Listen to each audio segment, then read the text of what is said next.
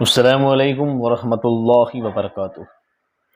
عزیز دوستوں، ساتھیوں، میں محمد شہزاد خان آپ تمام ہی کا اپنے چینل ایس کے ڈویژن میں خیر مقدم کرتا ہوں اور آپ تمام ہی کا اس چینل میں تہہ دل سے استقبال کرتا ہوں۔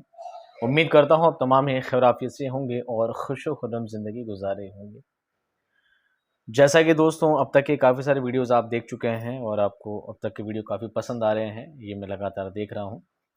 ایک کمی رہ رہی ہے کہ ویڈیو جب آپ کو پسند آ رہے ہیں تو آپ ویڈیوز کو شیئر نہیں کر رہے ہیں۔ آپ کچھ گروپس میں، اپنے دوستوں میں، ٹیلی گرامس پر یا واٹس ایپ گروپس میں، جہاں جہاں بھی آپ کو مناسب لگے آپ ان کو شیئر ضرور کیا کیجیے تاکہ میرا حوصلہ افزائی ہوتا رہے اور میں آگے سے آگے آپ کے لیے بہتر سے بہتر ویڈیو بناتا رہوں۔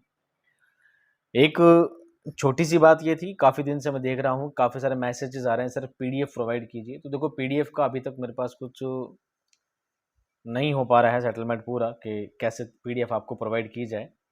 اس سے پہلے بھی P D F R P S C کے ایگزام ہوئے تھے، راجستھان ٹیچرز ویکنسیز کے جو ایگزام ہوئے تھے ان کو پرووائڈ کی گئی تھی۔ تو اب دیکھتے ہیں آپ کے لیے مناسب کیا رہے گا، جو بھی رہے گا آپ پریشان نہ ہو۔ اگر ایسا کچھ ہوتا ہے تو میں اگلے سنڈے سے پہلے یا یہ جو سنڈے آ رہا ہے اس سے پہلے میں آپ کو اس کے بارے میں ایک ویڈیو پر آ کر بتا دوں گا کہ کس طرح آپ کو کورس ملے گا، اور نہیں بھی ملے گا تو میں آپ کو بتا دوں گا کر کے نہیں ملنے والا۔ چلیے باتوں کا سلسلہ یہیں ختم کرتے ہیں، آتے ہیں آج مرزا غالب کی غزل کو لے کر۔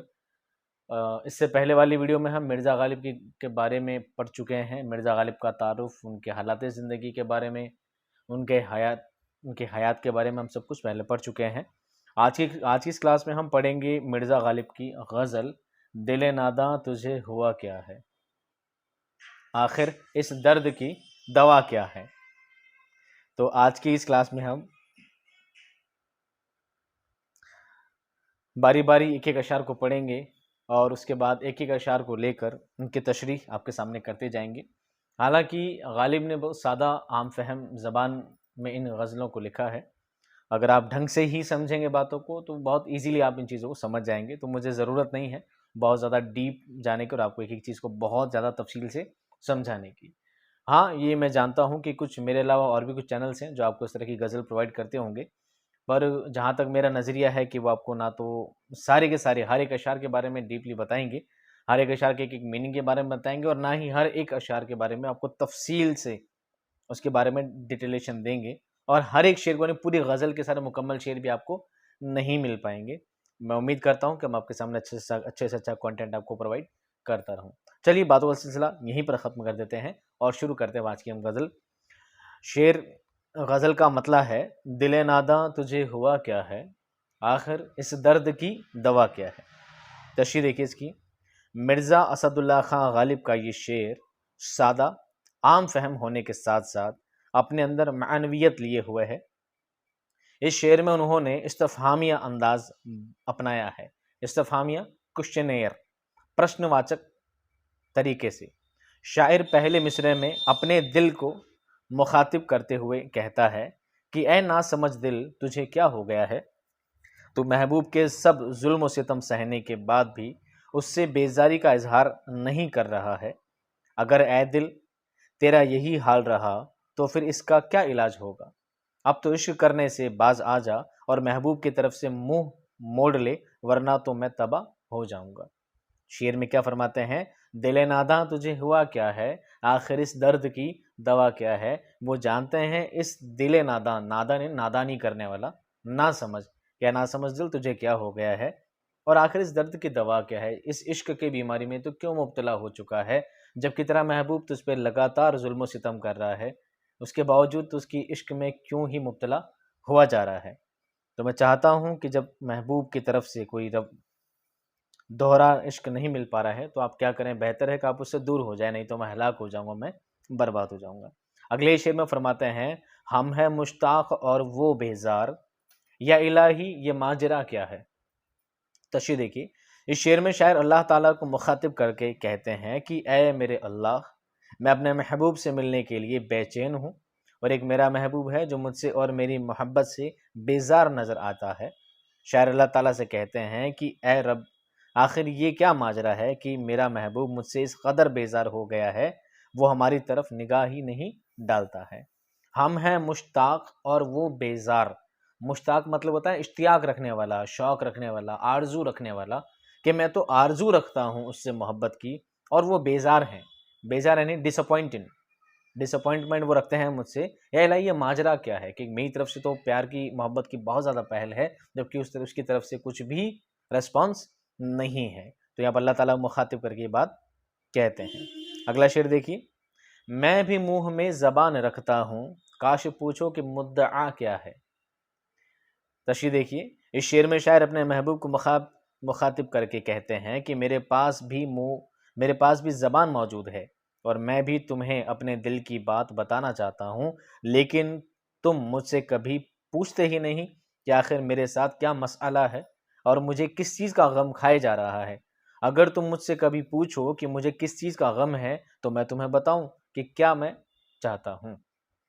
ٹھیک ہے، شاعر نے بہت سادہ الفاظ میں چیزوں کو بیان کیا ہے کہ میں بھی منہ میں زبان رکھتا ہوں کاش پوچھو کہ مدعا کیا ہے، کہ میں بھی باتیں بہت کہنا چاہتا ہوں لیکن تم جو مجھ سے بیزاری رکھتے ہو تو تم چاہتے نہیں ہو کہ تم مجھ سے پوچھو کہ میں کس غم میں، کس تکلیف میں اور کس پریشانی میں مبتلا ہوں، تاکہ میں بھی تمہیں بتاؤں. میں بھی منہ میں زبان رکھتا ہوں، تم مجھ سے پوچھو. محبوب کی جو بیزاری ہے اس بیزاری کو بیدار کرنے کے لیے اشعار کہے گئے ہیں. اگلا شعر کہتے ہیں. جب کہ تجھ بن نہیں کوئی موجود پھر یہ ہنگامہ اے خدا کیا ہے. بہت ہی غالب کے جو چنندہ شعر ہیں نا، بہت زیادہ ان بہت چنندہ شعروں میں، خاص شعروں میں اس شعر کو شامل کیا جاتا ہے اور غالب کے بہت خاص شعروں میں اس کو گنا جاتا ہے.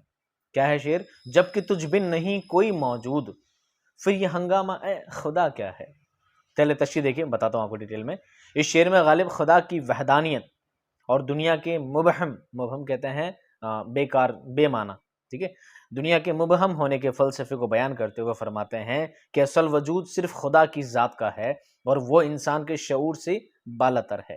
غالب استفہامی انداز میں خدا سے ہی سوال کرتے ہیں کہ اے خدا، اس کائنات میں صرف تو ہی موجود ہے، اس کے علاوہ سب کچھ وہم ہے، پھر یہ ہنگامہ کیا ہے، یہ سب کچھ کیوں نظر آتا ہے. غالب کیا کہتے ہیں؟ جب کہ تجھ بن نہیں کوئی موجود پھر یہ ہنگامہ اے خدا کیا ہے. شاعر کیا فرماتے ہیں کہ تیرے بن کوئی ہے ہی نہیں. یہاں پر صرف خدا کی وحدانیت کی بات کی جاتی ہے، کیونکہ دنیا، اس کائنات میں جو اصل وجود ہے وہ صرف اللہ تعالیٰ کی ذات کا ہے. تو شاعر کہتے ہیں کہ خدا جب تو ہی سب کچھ ہے، تو ہی سب کچھ کرنے والا ہے، ایک تیری ہی وحدانیت ہے کہ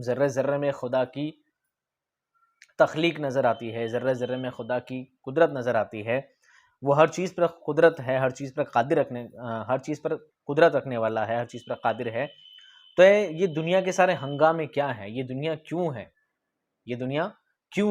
یہ دنیا کی ساری چیزیں، یہ ہنگامہ کیوں نظر آتا ہے؟ یہ انسان کا آنا جانا، یہ فلسفہ سب کیوں نظر آتا ہے جبکہ دنیا میں صرف تیری ہی ذات اصل ہے. اگلی شعر میں غالب فرماتے ہیں. یہ پری چہرہ لوگ کیسے ہیں، غمزہ و عشق و ادا کیا ہے. یہ پری چہرہ لوگ کیسے ہیں، یہ پری چہرہ، پری کے جیسے چہرے والے لوگ کیسے ہیں، غمزہ و عشوہ ادا کیا ہے. غمزہ اور عشوہ، جسے غمزہ کہتے ہیں ناز نخرے کو اور عشوہ کہتے ہیں انداز کو. ٹھیک ہے. اس شعر میں مرزا غالب عشق مجازی میں مبتلا ہو کر کہتے ہیں کہ دنیا میں اتنے خوبصورت لوگ جن کے چہرے پریوں کے چہروں کی مانند ہیں، یہ لوگ کون ہیں، کیسے ہیں، کہاں سے ہیں، اور ان میں خوبصورتی کے ساتھ ساتھ ان حسین لوگوں میں جو ناز نخرے اور معشوقانہ ادائیں ہیں ان کا تو کوئی مول ہی نہیں ہے، یہ سب کہاں سے آئے ہیں. اگلے شعر میں فرماتے ہیں. شکن زلف عنبری کیوں ہے، نگاہ چشم سرمسا کیا ہے. اس شعر میں بھی مرزا غالب عشق مجازی میں مبتلا نظر آتے ہیں اور اپنے محبوب کا سراپا سمجھتے ہیں، قد کاٹھی، سراپا خوبصورتی سمجھ لیجئے، سراپا بیان کرتے ہوئے اس کی زلفوں اور آنکھوں کی موضوع گفتگو بناتے ہوئے کہتے ہیں کہ محبوب کے زلفوں کی شکن بہت خوشبودار ہے. عنبری بنا نا، جو عنبر یعنی خوشبو، مشک و عنبر سنا ہوگا آپ نے، خوشبو سے بنا ہے. ان سے عنبر کی طرح خوشبو محسوس ہوتی ہے اور محبوب کی آنکھیں اس قدر سیاہ ہیں، سیاہ یعنی کالی ہیں، کہ انہیں دیکھ کر سرمے کا گما ہوتا ہے. ساتھ ہی ایک سوال بھی چھوڑ جاتے ہیں کہ محبوب کی اتنی خوبصورتی کی وجہ کیا ہے. نگاہ چشم سرما سا کیا ہے. نگاہ یعنی ان کی آنکھوں میں اتنی ایسا کالا پن کیا ہے، جیسا لگتا ہے کوئی سرما لگا ہے، کوئی سرما سا لگا ہے، ان کی آنکھیں اتنی خوبصورت ہے. اور یہ خوبصورتی کہاں سے آئی ہے؟ آگے اس بات کو سوالیہ طور پر چھوڑ جاتے ہیں۔ اگلی شعر میں فرماتے ہیں سبزہ و گل کہاں سے آئے ہیں، ابر کیا چیز ہے ہوا کیا ہے۔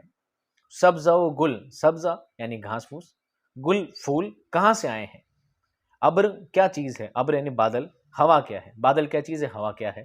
اس شعر میں مرزا غالب نے فطرت کی خوبصورتی یعنی نیچر کی، پرکرتی کی خوبصورتی کا استفہامیہ لہجے میں اظہار کیا ہے۔ اس شعر میں مرزا غالب نے کائنات کی خوبصورتی کے 4 بنیادی عناصر کا ذکر کیا ہے، جن میں سبزے کی ہریالی، پھول، بادل اور ہوا کو شامل کیا ہے۔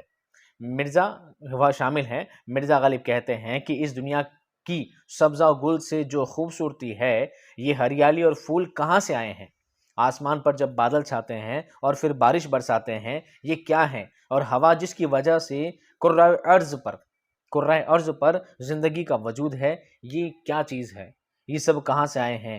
یعنی کل ملا کر وہ خدا کی وحدانیت کو اور نیچر کی خوبصورتی کو بیان کرتے ہیں۔ ایک شعر ہے، بہت سادہ سا شعر ہے، ہم کو ان سے ہے وفا کی امید، ہم کو ان سے وفا کی ہے امید، جو نہیں جانتے وفا کیا ہے۔ اس شعر میں شاعر کہتے ہیں کہ مجھے اپنے محبوب سے وفا کی امید ہے، حالانکہ میرا محبوب تو لفظ وفا سے ہی انجان ہے، میرے محبوب کو تو علم ہی نہیں ہے کہ وفا کیا ہوتی ہے، تو آخر میں اپنے محبوب سے وفا کی امید کیسے کر سکتا ہوں۔ شاعر کیا فرماتے ہیں، ہم کو ان سے ہے وفا کی امید، کہ وہ ہم سے وفا کریں گے، میں اس بات کی وفا کی امید لے بیٹھا ہوں، وفا کی، محبت کی، ان سے امید لیے بیٹھا ہوں، جو نہیں جانتے وفا کیا ہے، جن کو وفا لفظ کے بارے میں پتہ ہی نہیں ہے کہ وفا لفظ ہے کیا، اور میں ان سے بھی محبت کی امید لگائے بیٹھا ہوں، تو میں امید کیسے کر سکتا ہوں۔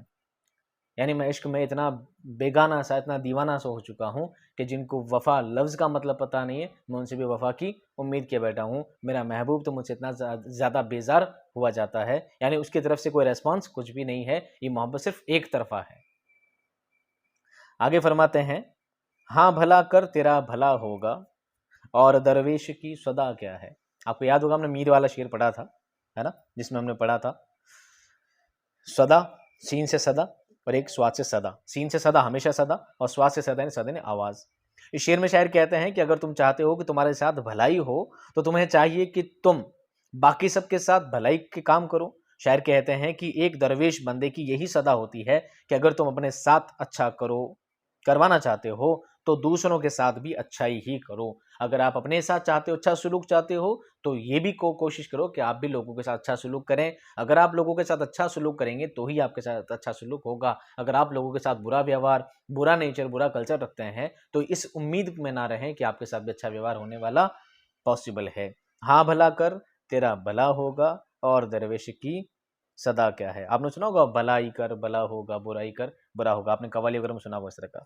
ایک اگلا شعر فرماتے ہیں جان تم پر نثار کرتا ہوں، میں نہیں جانتا دعا کیا ہے۔ کتنا خوبصورت شعر ہے، جان تم پر نثار کرتا ہوں، میں نہیں جانتا دعا کیا ہے۔ شاعر اپنے محبوب کو مخاطب کر کے کہتے ہیں کہ یہ میرا محبوب، میں تم پر اپنی جان نثار کرتا ہوں، مجھے نہیں پتا کہ دعا کسے کہتے ہیں، مجھے بس یہ پتا ہے کہ میں تمہارے لیے اپنی جان بھی دے سکتا ہوں۔ اس شعر کے دوسرے معنی ہم حقیقی عشق میں بھی لے سکتے ہیں، جہاں شاعر اللہ کو مخاطب کر کے کہتا ہے اے میرے رب، میں تیرے لیے اپنی جان پر قربان کر کے تجھ سے محبت کا ثبوت دے سکتا ہوں، لیکن مجھے تجھ سے دعا مانگنا نہیں آتا ہے۔ یعنی شاعر ایک ہی شعر میں دونوں ہی لحاظ سے آپ اس کا معنی نکال سکتے ہیں، عشق حقیقی بھی، عشق مجازی بھی۔ یہاں پر عشق محبوب سے بھی ہو سکتا ہے اور یہاں پر عشق خدا تعالیٰ سے بھی ہو سکتا ہے۔ شاعر نے یہاں پر دونوں لحاظ میں بات فرمائی ہے۔ آخری شعر ہے میں نے مانا کہ کچھ نہیں غالب، مفت ہاتھ آئے تو برا کیا ہے۔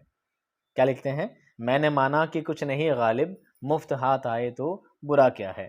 تشریح دیکھیے، اس شعر میں شاعر اپنے آپ کو مخاطب کر کے کہتے ہیں کہ اگر کوئی چیز انسان کو مفت میں ملے تو اسے وہ چیز بری نہیں لگتی ہے۔ کہتے ہیں نا پھوکٹ کا مال سب کو ہضم ہو جاتا ہے نا۔ اگر انسان کو مفت میں بری چیز بھی ملے تو وہ انسان اسے لے لیتا ہے اور کسی چیز کو نہیں چھوڑتا ہے۔ یہاں شاعر اپنے محبوب کو کہتے ہیں کہ میں تمہیں مفت میں مل رہا ہوں، اور لوگ تو ہر چیز کو مفت میں حاصل کرنا چاہتے ہیں، تو تم ہم سے کیوں گریزاں ہو، حالانکہ میں تمہیں مفت میں مل رہا ہوں، اب میں تمہیں مفت میں ہی مل رہا ہوں۔ شاعر اپنا کو بہت بڑا بڑپن بتا رہے ہیں کہ میں اتنی عظیم چیز ہوں کہ لوگ ترستے ہیں مجھ سے بات کرنے کے لیے، میں بہت عظیم چیز ہوں، اور لوگ تم مجھے اتنا کمتر کیوں سمجھتے ہو، تم مجھے اتنا کمتر کیوں سمجھتے ہو کہ لوگوں کو تو مفت میں کچرا بھی مل جائے تو حاصل کرے، تو پھوکڑ میں آیا تو آنے دے، بس پھوکڑ کی چیز تو ہر چیز آنے دے، رکنا نہیں چاہیے. تو میں تو تمہیں مفت میں مل رہا ہوں، پھر بھی تم مجھے نہیں اپنا رہے ہو، پھر بھی تم مجھ سے بیزار ہو، پھر بھی محبت کا ثبوت نہیں دے رہے ہو، اور میں تمہیں مفت میں محبت دے رہا ہوں پر تم مجھے ایکسیپٹ نہیں کر رہے ہو. بہت سادہ زبان میں سادے الفاظ میں شعر کہے گئے ہیں. اگر ان کا معنی نکالنا چاہیں تو غالب کے جو شعر اشعار ہوتے ہیں وہ بہت ہی زیادہ ڈیپ ہوتے ہیں، سادے الفاظوں میں بہت گہری باتیں چھپی ہوتی ہیں.